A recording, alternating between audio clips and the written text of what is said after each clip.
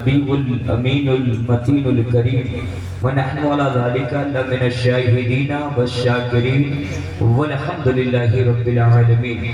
निहायती अदब व एहतराम के साथ आका इनामदार की बारगाह आली वक़ार में ईमानदारों की तरह ईमानदारी के माहौल में आशिकों की तरह रंगे आशिकी में रंग के दुर्द सलाम के नजराने अकीदत पेश किए जाए और पढ़ा जाए बावाज़ बुलंद अल्लाहुम्मा सल्ली अला सय्यदना व शफीना व हबीबना व मौलाना मुहम्मदिन बारिक व सल्लु अलैहि सलातम व सलामन अलैका या रसूलल्लाह सल्लल्लाहु तआला अलैहि व सल्लम। हज़रात, आज इस पाकीज़ा पवित्र सभा में हम और आप उपस्थित हैं, हाजिर खिदमत हैं। बड़ी मसरत व शादमानी की महफिलें हैं। आज के इस सभा के संचालक उस्ताजुल नौकबा मज़ार शेर सुखन का वो शहजादा नैरे बुर्ज़े निकाबत जाने निकाबत शाने निकाबत हजरत मौलाना हलचल सिवानी साहब के बिला जो बुजुर्गान दीन की अमानतों की अमीन बनकर के मुस्कुरा रहे हैं। माशाल्लाह, मुस्कुराता हुआ चेहरा देखिए। और मेरे बाद तूतिए चंपारण, तूतिए बिहार, शाहकार तरन्नुम, बादशाह तरन्नुम हजरत मोइनुद्दीन बिशनपुरी साहब किबला जलवाबार हैं। और उनके बाद एक और खूबसूरत आवाज़ के मालिक शाहकार तरन्नुम मुहिब गिरामी मेरे हमदो रफ़ीक व शफीक अरशद रज़ा अशफी साहब किबला जलवाबार हैं। और पीर तरीक़त रहबरे राह शरीयत गुले गुलजार तेगियत सूफ़ी अकबर हुसैन साहब तेगी आज के इस बज़्म के सरपरस्त हैं, अध्यक्ष हैं। और बड़ी खुशी की बात है कि मेरे हमदो रफ़ीक व शफीक सदर बावक़ार हाफिज बकारी असलम रज़ा तेगी साहब किबला आज की इस बज़्म की सदारत कर रहे हैं। और इस मंच पे एक और पीर तरीक़त रहबरे राह शरीयत नबीरे हुज़ूर ख़िताब अली शाह रहमत व रिज़वान यानी कि असरार साहब किबला जलवाबार हैं। इन तमाम उलमाए किराम की दुआओं का सहारा लेकर के बस एक मरतबा मैं आपसे कहूँ कि मुस्कुरा करके बोलिए जरा सा सुभान अल्लाह। ऐसे नहीं, और जी लगा करके जरा बोला जाए सुभान अल्लाह। मैं चाहूँ तो आप अपनी कुर्सी लेके और इधर करीब आ जाइए, पता चले कि मैं इधर देखूं या इधर देखूं, ये अंदाजा नहीं लग पा रहा। ये इधर मीडिया वाले हमारे सहयोगी, हमारे सपोर्टर जलालुद्दीन भाई सुन्नी बरेलवी नेटवर्क लेकर के मुस्कुराता हुआ खिलता हुआ चेहरा, बिल्कुल सुंदर उत्तम चेहरा लेकर के बैठे हुए। तो दूसरे तरफ ये अंसारी नेटवर्क और वापसी नेटवर्क, सारे नेटवर्क वाले बैठे हैं। तो अब नेटवर्क वाले कैच कर रहे हैं, मगर आपको रिप्लाई करना है। जिसे रिप्लाई करना है वो बिल्कुल साथ हम सफर होकर के चले। तो मैं कहूंगा कि जो नौजवान है जरा सा अपनी कुर्सी लेकर भैया इनके आगे आइए ना। आप लोग भी भैया आ जाते आगे तो बड़ा अच्छा हो जाता। अगर समझ रहे हैं बात तो समझ समझ के न समझना ये भी एक समझ है। समझ समझ के ना समझना ये भी एक ना समझ नहीं है, समझ है। ताकि समझ करके अनजाना अनठियाना वही हाल आज ये लोग कर रहे हैं। मगर ये हमारे सीनियर हैं, इनकी दुआओं का सहारा लेकर के हुसूल बरकत के नियत से एक मतला एक शेर तज़मीन कलाम रज़ा अरशद भाई अब आपके हवाले दे रहा हूँ। अरशद भाई माशाल्लाह आपका चश्मा बड़ा खूबसूरत है। और आप लोग करीब आ जाते हलचल भाई को छोड़ करके ये बटालियन और करीब आ जाते तो बड़ा अच्छा आ जाता। आप तो करीब आ जाइए, करीब आ जाइए। सूरह लामुक़्सुमों में तज़किरा-ए नूर का। सोहराब भाई आप कलकत्ता से आए हैं। एक वो सोहराब मस्तान है, ये सोहराब मस्तान है। कौन कहता है कि कोहे दूर जल जाएगा तो मूसा बेपनाह हो जाएगा। अरे मूसा जहाँ जाएगा वही कोहे दूर हो जाएगा। कौन कहता है कि मजमा इकट्ठा नहीं होगा। अरे जहाँ हलचल सिवानी जाएंगे वही मजमा हो जाएगा। हाँ, सूरह लाकुस्सुमो में तस्करा है नूर का, जिस जगह वो पांव रखते हैं वो टुकड़ा नहीं। आज आप लोग लाइव बंद कर दीजिए, वारसिया नेटवर्क पे, अंसारी नेटवर्क पे, सुन्नी बरेलवी नेटवर्क पे जाकर के सुनिए आप, और आप फेस टू फेस बोलिए। भैया जरा सा मुस्कुरा करके बोले सुभान अल्लाह, और जी लगा करके आप भी बोले सुभान अल्लाह। सूरह लाकुस्सुमो में तस्करा है नूर का, सूरह लाकुस्सुमो में तस्करा है नूर का, जिस जगह वो पांव रखते हैं वो टुकड़ा नूर का। ऐसे नहीं काम चलेगा। समझ रहे हैं कि ये देहात में हम आ गए हैं। इरशाद भाई आपका सुहाना साउंड सर्विस का जवाब नहीं है। सूरह लाकुस्सुमो में तस्करा है नूर का, सूरह लाकुस्सुमो में तस्करा है नूर का। ऐसे न भैया आप पान खा रहे हैं, खिलता हुआ चेहरा है। आदमी को पान खाना चाहिए और पान खाकर मुस्कुराना चाहिए। सुनते हैं कि इससे सेहत बन जाती है, 300 तुलसी चबाना चाहिए। तो जरा मुस्कुरा करके बोलिए सुभान अल्लाह। सूरह लाकुस्सुमो में तस्करा है नूर का। ऐसे नहीं चाचा आप भी बोले, आपका पासपोर्ट तैयार है, वीजा लगने की देरी है। जिस दिन वीजा लगा उस दिन फ्लाइट ओके, चांस खत्म। कब्र के अंदर हिसाब देने के लिए तैयार हो जाइएगा। तो हिसाब देने से पहले किताब तैयार कर लीजिए। सूरह लाकुस्सुमो में तस्करा है नूर का, जिस जगह वो पांव रखते हैं वो टुकड़ा है, वो टुकड़ा नूर का। शहर तैबा की गली में जर्रा जर्रा नूर का, सुबह तैबा में हुई पट्टा है 12 नूर का। सदका ले ले नूर का, आया है तारा, आया है तारा नूर का, आया है तारा। जोर से बोले आया है तारा, आया आया है तारा, आया है तारा नूर का, आया है तारा। अरे देखिए 100 सुनार का 1 लोहार का। मैं गदा तू बास भाग्य तारा नूर का, मैं गदा तो बात को भरते प्याला नूर का, सदका लेने नूर का आया तारा नूर का। जोर से बोले आया है तारा, आया है तारा नूर का। नूर मुस्लिम रहनुमा अकबर सदूल्हा नूर का। हुजूर नूर मुस्लिम रहनुमा अकबर सदूल्हा नूर का। नूर कासिम नूर आबिद जाने जहरा नूर का। असगरे नौखेज ओ पे मिस्र टुकड़ा नूर का। अरे तेरी नस्ले पाक में है बच्चा बच्चा नूर का। तू है ऐने नूर, तेरा सब घराना, तेरा सब घराना, तेरा सब घराना। जोर से बोले तेरा सब घराना नूर का। और रहमतें हक झूमती जब लब हिलाते महद में, पुरसिया होता झमाझम मुस्कुराते महद में। उनके सोने पर भी जलवे जाग जाते महद में। अरे चांद झुक जाता जिधर उंगली उठाते महद में। अरे क्या ही चलता था इशारों पर खिलौना नूर का, क्या ही चलता था इशारों पर खिलौना नूर का। मेरे दोस्तों आइए बड़ी तेजी के साथ सुन लीजिए, इसलिए कि शोराए इस्लाम मुकम्मल तौर से तैयार बैठे हैं। गमनिगम सुईती जुपारा अपनी आवाज़ मिटे बजारा तब सुखी सबदा सुखाई सुसाज तब के सर नाही विचार विचारो हनीसा बजो ना मर मिटे कलीसा। तब हर माने न माने कोई बिन गुरदो जग ज्ञान न होई।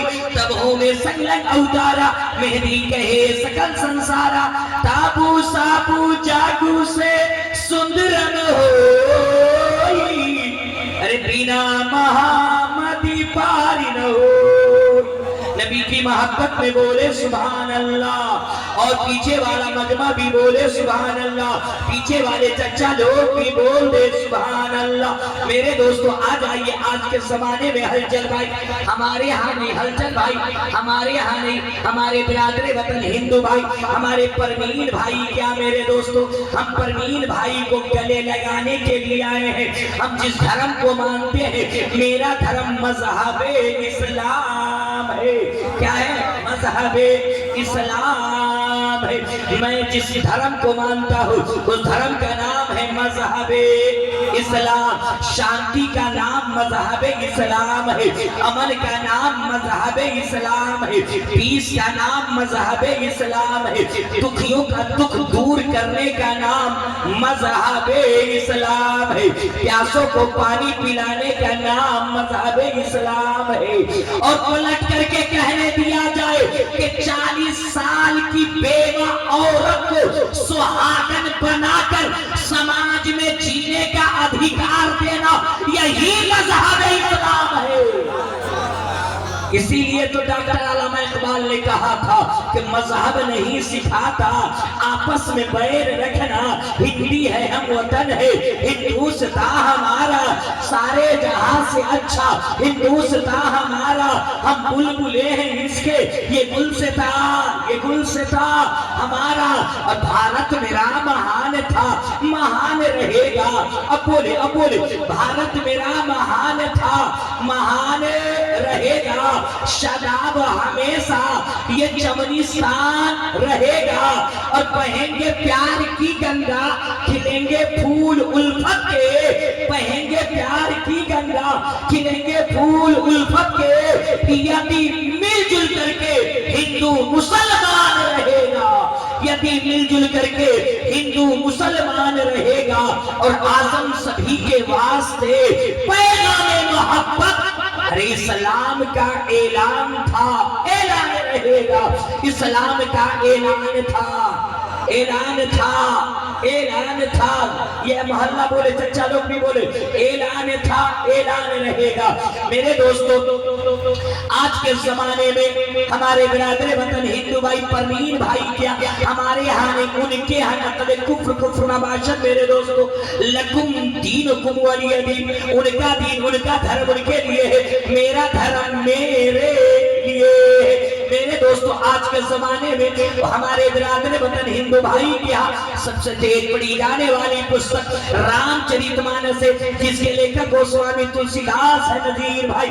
और मेरे दोस्तों, गोस्वामी तुलसीदास जी लिखते हैं, यहाँ पक्षवाद कुछ न राखो, वेद पुराण सत्संगागो, देश बदलता सुहाय, सोतियल गर सुनो ठकुराए, तब तक मीठी बोया, बिना महामदी पान होया।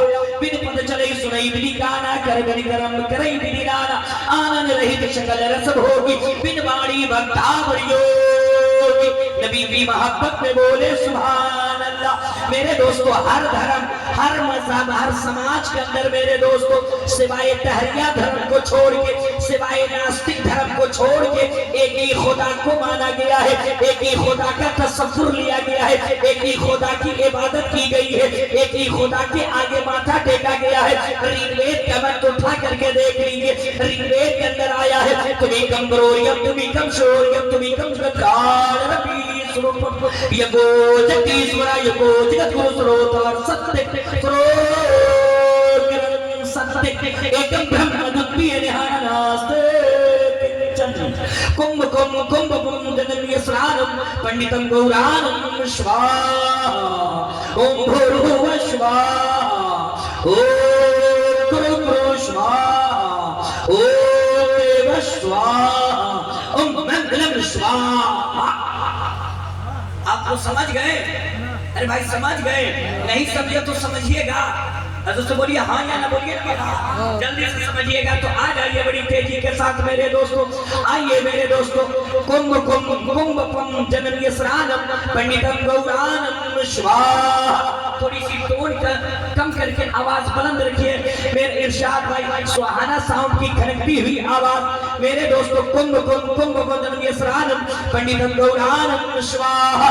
दो दरिया यानी के गंगा और यमुना जब दोनों आपस में मिलता है तो बीच में एक रास्ता निकलता है, जिस रास्ते का नाम है वैतरणी।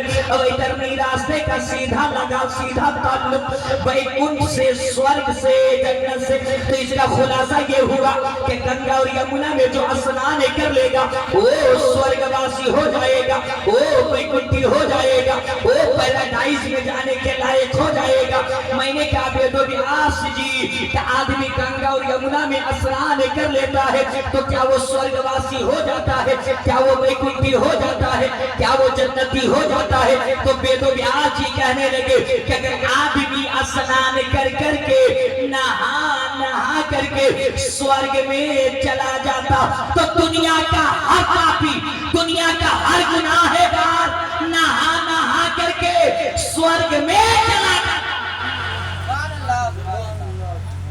और माला जपने वाले, नमाज पढ़ने वाले जन्नत के बाहर रह जाते।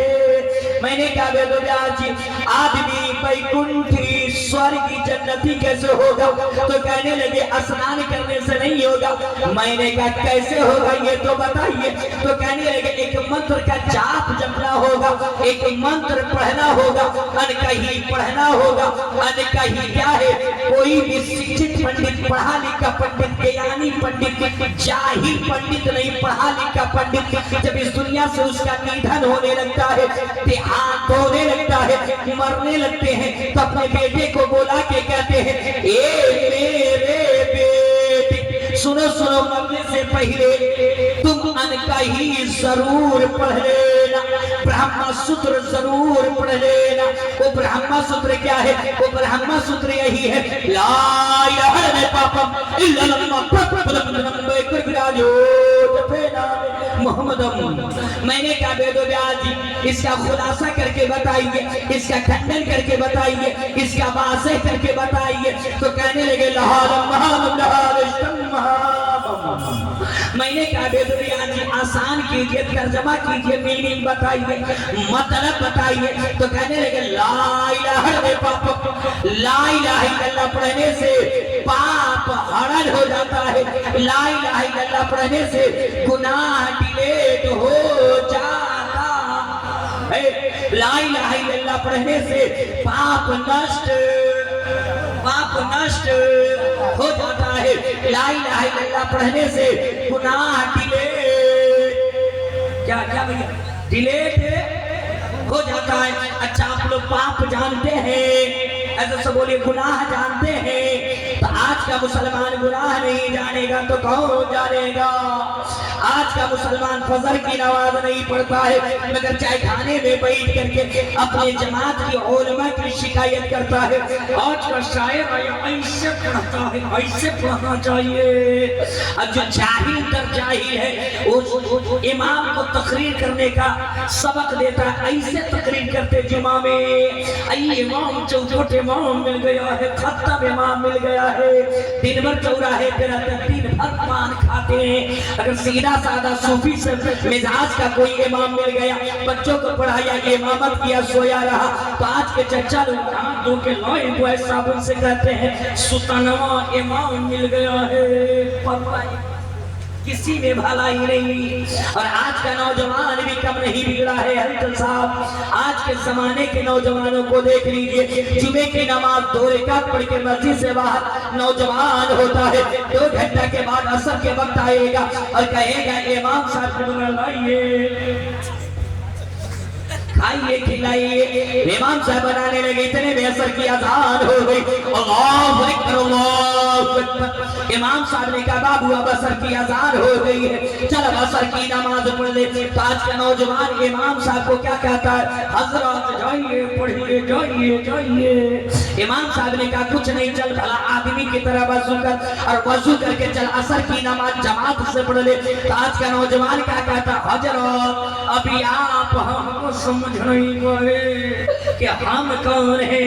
इमाम साहब ने कहा पूरा इलाका समझ लिया है, पूरा जिला जवार समझ लिया है और तुमको नहीं समझूंगा। चल भला आदमी की तरह वजू करके चल असर की नमाज पढ़। तो आज का नौजवान धीरे से आहिस्ता से इमाम साहब के कान में मुंह सटा के कहता है हजरत, उनके कान में कहिए सुभान अल्लाह। मुफला बात है चाचा आपके पीछे कहिए उनको सुभान अल्लाह। ओ चाचा अस्सलाम वालेकुम। अल्लाह खैर करे। बताइए तो हलचल साहब, एक आदमी मौलाना के साथ रहते रहते उर्दू बोलने की शौक चढ़ गई। कुछ दिन रहा, चला गया घर कुर्बानी के अवसर पे, और इमाम साहब चले गए उसके घर कुर्बानी करने के लिए। कहा जानवर को सब रेडी कर दिए, चाकू ला दिए, छुरी ला दिए, सब कर दिए। अब बता के जानवर किसके नाम से हम ज़बह करेंगे, कुर्बानी है तो किसके नाम की कुर्बानी है? कहा कि हमरे औलिया के नाम से कर दिए, औलिया के नाम से कर। इमाम साहब करे कौन औलिया के नाम से करे कुर्बानी? कहा हजरत हमरा औलिया के नाम से कीजिए। कहा तुम्हारा औलिया कौन है? कहा ना हमरे औलिया से कीजिए। इतने में उसकी बीवी सामने दरवाजे पे आ गई। कहा हमारा औलिया है ना है? इमाम साहब ने वो औलिया नहीं औलिया। तो आप सुनिएगा, नींद में मामला खराब हो जाएगा। कल सुबह सुबह जाके कहिएगा हलचल साहब नहीं आए थे। नहीं, आँख खोल करके सुनिए। औलिया और अहलिया में इम्तियाज बर्पा करके रखिए, फिर बना करके रखिए। मुस्कुरा करके बोलिए जरा सा सुभान अल्लाह। मुस्कुरा दिए तो मुस्कुरा करके बोले सुभान अल्लाह। मेरे दोस्तों आ जाइए। मैंने कहा आदमी बैकुंठ स्वर्ग की जन्नती कैसे होगा? तो कहने लगे ला इलाहा इल्लल्लाह पढ़ोगे पाप हरण हो जाएगा, पाप मिट जाएगा, पाप नष्ट हो जाएगा। मेरे दोस्तों ये तो वेदों में आया है कि तुम ला इलाहा इल्लल्लाह पढ़ोगे, यानी कि ब्रह्म सूत्र पढ़ोगे तो हृदय का पाप नष्ट हो जाएगा, हृदय का गुनाह खत्म हो जाएगा।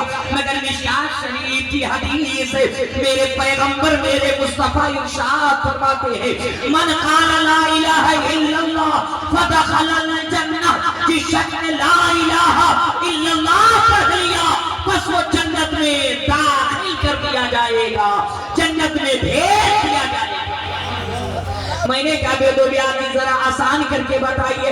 तो कहने लगे मैंने क्या बेदोलिया आज ये क्या है? तो कहने लगे लहानम से होता है ला इलाहा इल्लल्लाह और महामन से होता है मुहम्मदुर रसूलुल्लाह। जब ये कलमा पाक सीने में आ जाता है तो सीने को पाक कर देता है, हृदय को साफ कर देता है, फिर सीना में कीना नहीं रहा करता है, पैगंबर का मदीना रहा करता है। क्या रहा करता है? माशाअल्लाह माशाअल्लाह। क्या रहा करता है? जोर से बोले पैगंबर का, जोर से चाचा पैगंबर का मदीना रहा करता है। ये कलमे तैयबा पढ़ना चाहिए कि नहीं? जिन लोगों को अपने सीने को मदीना बनाना है वो बुलंद आवाज से हाथों को लहरा के पढ़े ला इलाहा।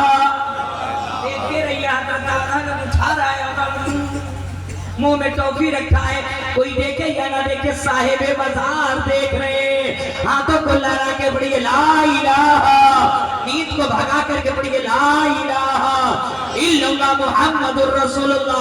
नारे तकबीर, नारे रिसालत, उर्से मुक़द्दस, पीरे तरीक़त, नकीबे अहले सुन्नत, शायरे अहले सुन्नत, नारे तकबीर, नारे रिसालत।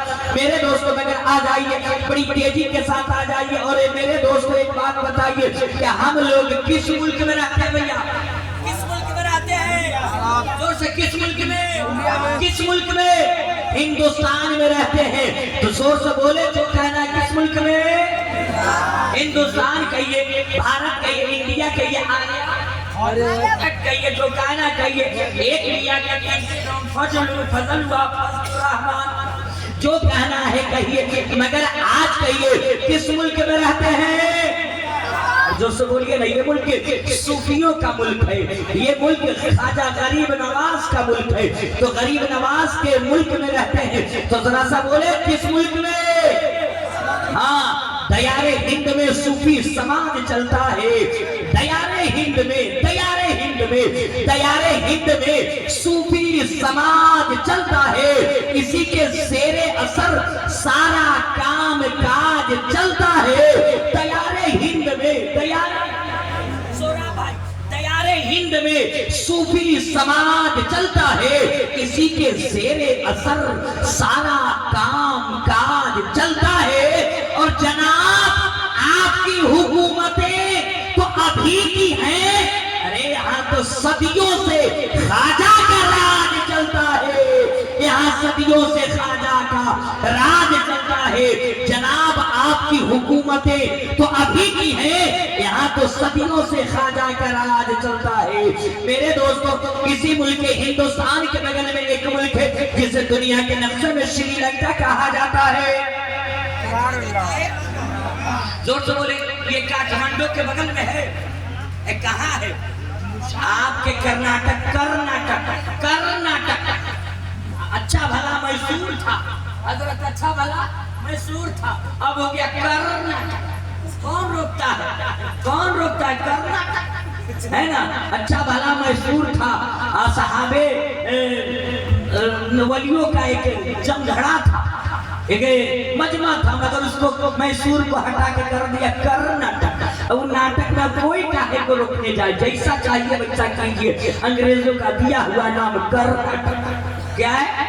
कर्नाटक है ना। मगर मेरे दोस्तों, उसी केरल, उसी कर्नाटक के बगल में एक मुल्क है जिसे दुनिया के नक्शे में श्रीलंका कहा जाता है। उसी श्रीलंका की धरती पर नकल कुफ्र नवाशद मेरे दोस्तों, हमारे बिरादरे वतन हिंदू भाई के बहुत बड़े महात्मा, बहुत बड़े पुरोहित, जिनको हिंदू समुदाय के यहाँ शंकर जी कहा जाता है और उन्हीं को महादेव जी भी कहा जाता है। एक रोज कैलाश की पर्वत पे बैठे थे और उनकी पत्नी पार्वती बैठी हुई थी। नारे तकबीर, नारे रिसालत। खड़े हो जाइए। पीरे तरीका देखिए, हजरत आगे अकबर हुसैन के साथ पीरे तरीकत को लेकर महादेव जी बैठे थे और उनकी पत्नी पार्वती बैठी हुई थी। पार्वती से महादेव जी कहने लगे, हे मेरी पत्नी पार्वती, तू जानती है इस दुनिया के अंदर एक बालक जन्म लेने वाला है, एक अलकी अवतार आने वाले हैं, एक अंतिम ऋषि मुनि आने वाले हैं, एक मसीहा आने वाला है, एक पैगंबर आने वाला है। जब वो बालक जन्म लेगा, जब वो मसीहा आएगा, जब वो पैगंबर आएगा, तो पूरे ब्रह्मांड का, पूरे संसार का काया पलट देगा। क्या कर देगा? काया पलट देगा। कल आपसे कहा जाए मुजफ्फरपुर में कसरी आने वाला है, जितनी भीड़ लगी रहती है शहर के अंदर, सबको हटा के रास्ता क्लीन कर देगा, क्राइम को बंद कर देगा, अमन लाएगा, शांति लाएगा। तो मेरे दोस्तों, आप कहिएगा इतना पावरफुल कौन? उसकी डिप्टी थी क्या? उसका नाम क्या है? कोई डाटा भाई डाटा निकाल डालो। मेरे दोस्तों, उसी तरीके से पार्वती बोलू थी, ए महादेव जी, इतना शक्तिशाली, इतना पावरफुल बच्चा जो आने वाला है, जो मसीहा आने वाला है, जो पैगंबर आने वाला है, जो बच्चा जन्म लेने वाला है, उसका नाम क्या होगा? क्या भाई क्या होगा? तो जवाब मिला, ये मेरी पत्नी जो बालक जन्म लेने वाला है, उसका नाम होगा ओ तारम मोहम्मद इंदर मित्र। और जिस गांव में आएगा, जिस शहर में आएगा, उस शहर का नाम होगा शंबलग्राम। मुखियत से प्रणाशमात्मन है, दाता का प्रयास की युग युग महा संतोषम महा प्रथम महा बलवतम महा। भैया आप आगे ही बैठ कर सो रहे हैं। एक आदमी की हलचल भाई, नई शादी हुई, उसकी बीवी बड़ी खूबसूरत मिली, 7 भाइयों में एक बहन थी। 7 भाइयों में एक बहन खाते पीते घर की थी। अब जब शादी होकर उसकी आई तो मियाँ ने कहा, इस घर में मेरी हुकूमत चलती है, मैं हाकिम का, ओके आप जो कहिएगा सरकार वही होगा। तो मियाँ बोला कि इस घर में वही बनेगा जो मैं कहूँगा। क्या बनेगा? सिर्फ दाल और रोटी बनेगी। दाल और आप खाएंगे करना, दाल रोटी कंटिन्यू। अब बेचारी डर करके नहीं लवेली थी, 3 महीना दिन दाल रोटी खाई, सूख करके बुखार हो गई। जब वो अपने मैके गई, भाइयों ने पूछा, रे तुमको खाने के लिए न देता था, खा तुम ना गई है, कहाँ ब्याह कर दिए, शादी हमारी कर दिए आप? हाँ बताइए, कंटिन्यू 3 महीने दाल रोटी खाए हैं। वो कहता है कि दाल की फजीलत बताता है, दाल खाने से गैस्ट्रिक नहीं होती है, गैस नहीं है, ये है वो है, खिला खिला के बुआ दिया। भाइयों को शरारत सूझी का सुनो, जब तक तुम हो रहो जाने लगना, तो जाने लगेगी तो मुझको कहेगी। का ठीक है। जब जाने लगी तो कहा हमें जा रही हूँ, कहीं नींद की गोली है, आज रात उसको दाल में घोर के पिला दो। अब बेचारी गई, दाल में घोर के पिलाई। 4 भाई इसके काले लिबास में पूरा मुंह हाथ बांध करके पहुंचे। जब वो बेहोश हो गया, उसको कफन पहना के दूसरे कमरे में ले जाके लेटा दिया। जब उसकी नींद टूटी, बेहोशी से फारिग हुआ, तो देखा कि भाई हम मैं कफन में हूँ, 4 आदमी खड़ा है। कहाँ है? कहा तुम मर गए हो, दूसरी दुनिया में आ गए हो। तो कहा है क्यों घेरे हो? कहा कि तुमसे सवाल जवाब होगा। कहा क्या सवाल है? कहा बताओ अल्लाह की नेमतों में से तुम क्या क्या खा के आए हो? तो कहा कि हुजूर हम कुछ नहीं खाए, सिर्फ दाल रोटी खाए हैं। एक ने कहा मारो 50 कोड़ा, काहे खाली दाल खाया है? अब फिर दूसरा पूछा कि क्या अल्लाह की नेमतों में से क्या खा करके आए हो? कहा हुजूर हम सिर्फ दाल रोटी खाए हैं। कहा गोश्त क्यों नहीं खाया, मछली क्यों नहीं खाया? मारो 50 कोड़ा दाल खाने की एवज में। अब बेचारा बेहोश होकर चित हो गया। और उसके भाई चले गए, फिर जहाँ सोया था वहीं लाके सुला दिए। जब उसकी बेहोशी टूटी तो उसकी बीवी बोली सरकार क्या बने?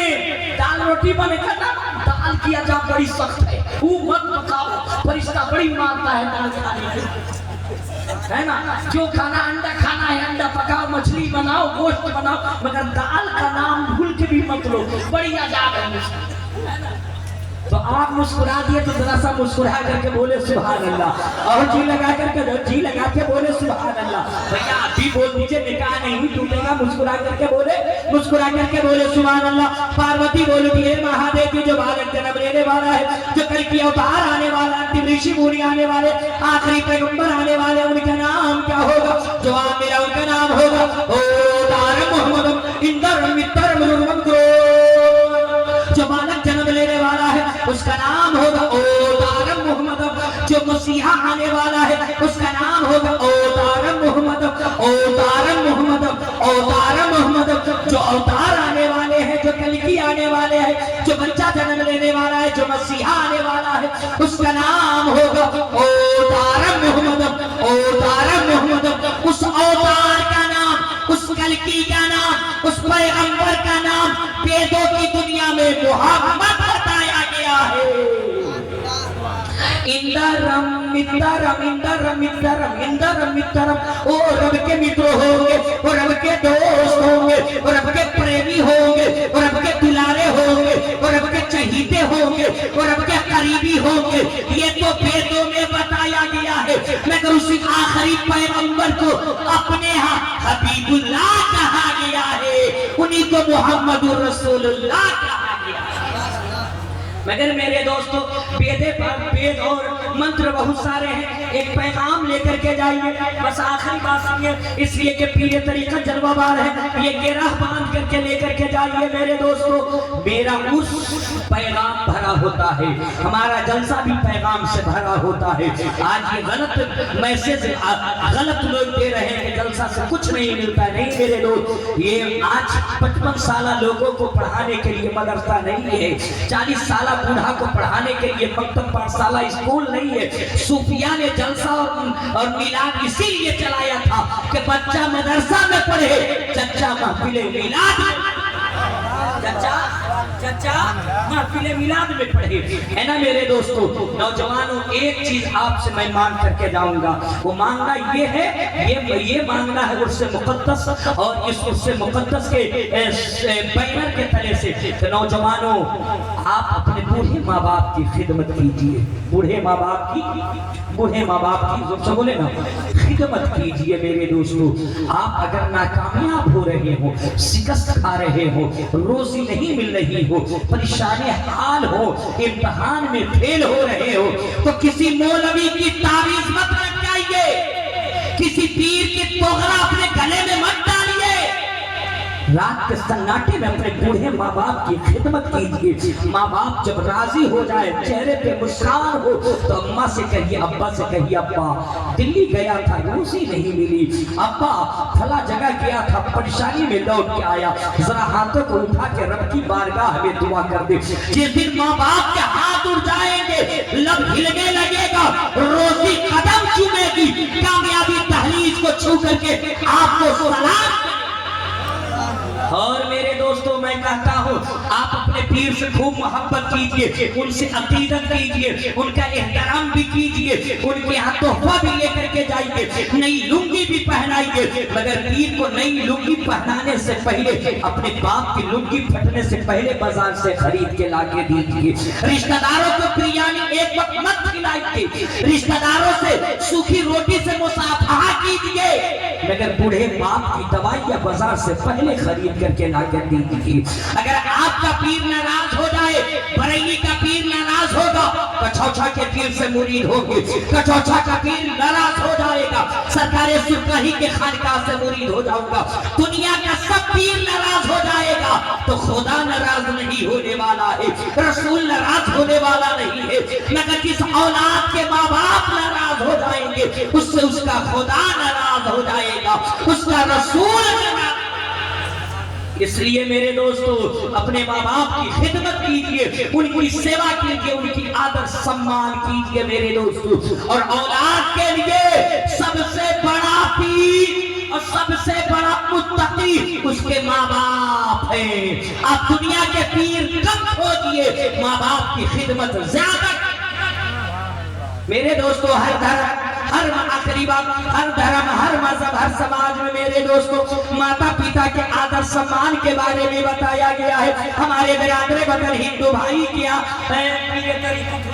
एक बहुत बड़े, हालांकि ये लफ्ज बोलने की हमारे यहाँ इजाजत नहीं, मगर उनकी बोली बोल रहा हूँ। एक बहुत बड़े महात्मा गुजरे हैं, एक बहुत बड़े साधु संत गुजरे हैं, एक बहुत बड़े पुरोहित गुजरे हैं, जिनको हिंदू समुदाय के यहाँ सरवन जी कहा जाता है। जब सरवन जी नौजवान हो गए और माता पिता बूढ़े हो गए तो एक दिन उनके बूढ़े माँ बाप जो आंखों से बिनाई रोशनी खत्म हो गई थी, बेटे से बाप ने कहा, माँ ने कही कि बेटा अब मुझको तीर्थ यात्रा पे जाना है, तीर्थ यात्रा का उर्दू कर ले तो बाकी जगहों को देखना है। बेटा वफादार था, लायक था, फायक था, उसने एक कावड़ बनाए। कावड़ न समझे हो तो इस तरीके से समझिए कि तराजू के दो पलड़े बनाए, एक पलड़े में अपने पिताजी को सरवन जी रखे और दूसरे पलड़े में माता जी को रखे और कांधा पे लाद करके ले करके चलते रहे, तीर्थ यात्रा घुमाते दिखाते लेके चलते रहे।